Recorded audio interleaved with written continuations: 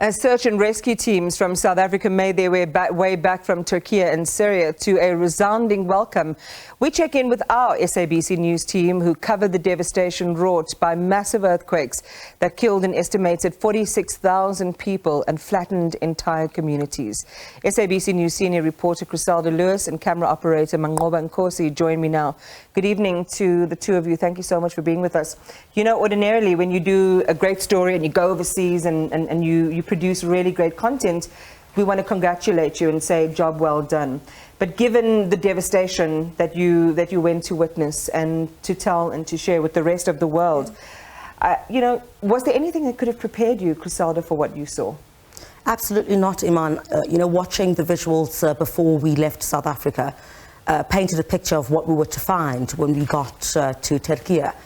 But when we got to one of the areas, Hatay City, which was one of the area's worst hit, I could not imagine what the people of that particular area had gone through prior to our arrival, because it had been a couple of days after the earthquake had struck. So arriving there to find such devastation, people not knowing what to do, you know, flats, houses, hospitals, schools, completely flattened. The distraught look on the faces of those people, there was absolutely nothing that could prepare us for that, Iman. And what were your experiences? It's something that one could not comprehend and really expect what we actually come across when we get there. But from driving into the city of Hatay, long queues of traffic of a trip could have taken us to 2 hours to actually reach the destination, but it took us about 8 hours to get the traffic, people trying to help. It was something that one could not expect, so it was really heartbreaking. Yeah, I mean, the mood, the separation of the families, you know, the sense of hope that in a weird way is still so pervasive.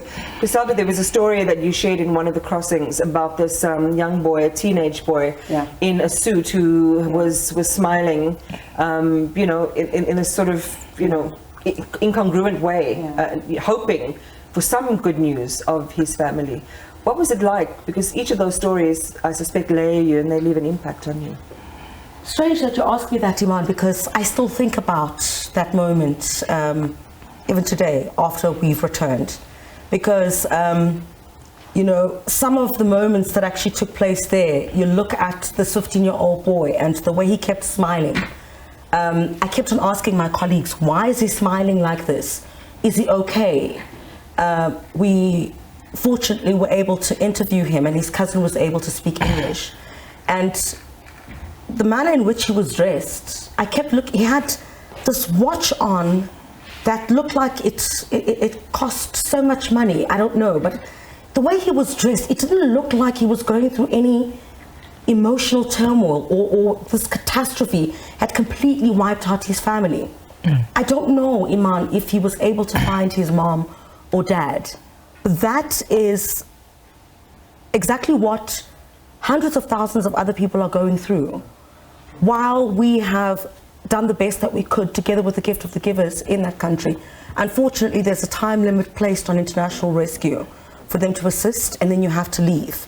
Then you have the rescue teams in Türkiye who would then take over and continue with the rescue or recovery mission.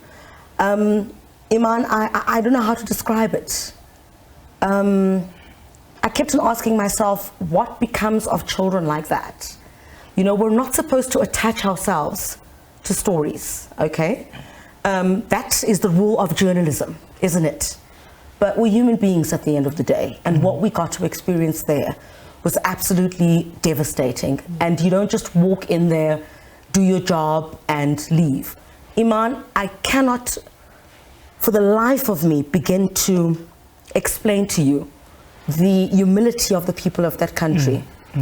It's one of the things that I will carry with me for all my days. While we had been working, everyone would bring you tea. They would offer you food. How do you offer me food when you have nothing?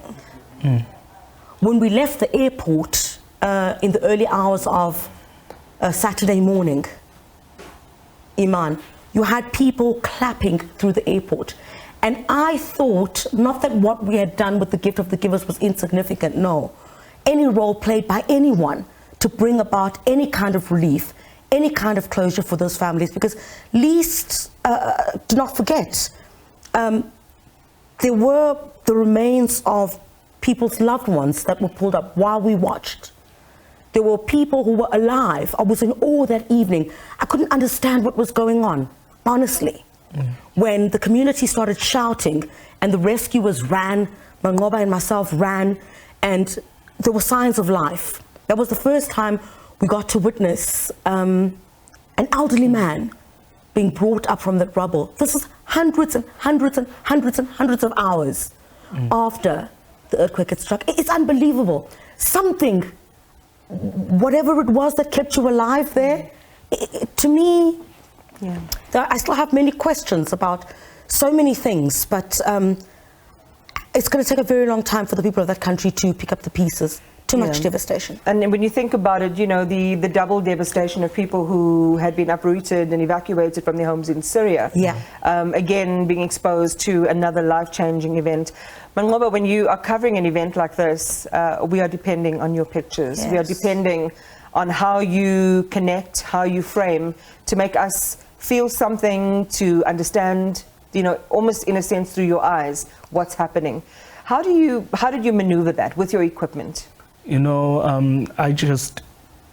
as much as it's heartbreaking to be there, but what that one does is just listen to the atmosphere. As Chriselda has just said, the people from Turkey actually had the spirit of Ubuntu, and that made us feel welcome to actually come into the homes and have our cameras onto the faces. That made it our job really easy. The moment that Chriselda spoke about when we actually found an elderly person being stuck underground for long, I was actually one of the camera people. One of them actually managed to get that picture. I don't know how we got it because everyone was stuck at the bottom, but I just found myself being ushered from the bottom to all the way up where we actually had the bird's eye view and see the person actually being rescued. And the people from Turkey actually were the ones that actually made it work for us, because they would actually carry our heavy bags for us.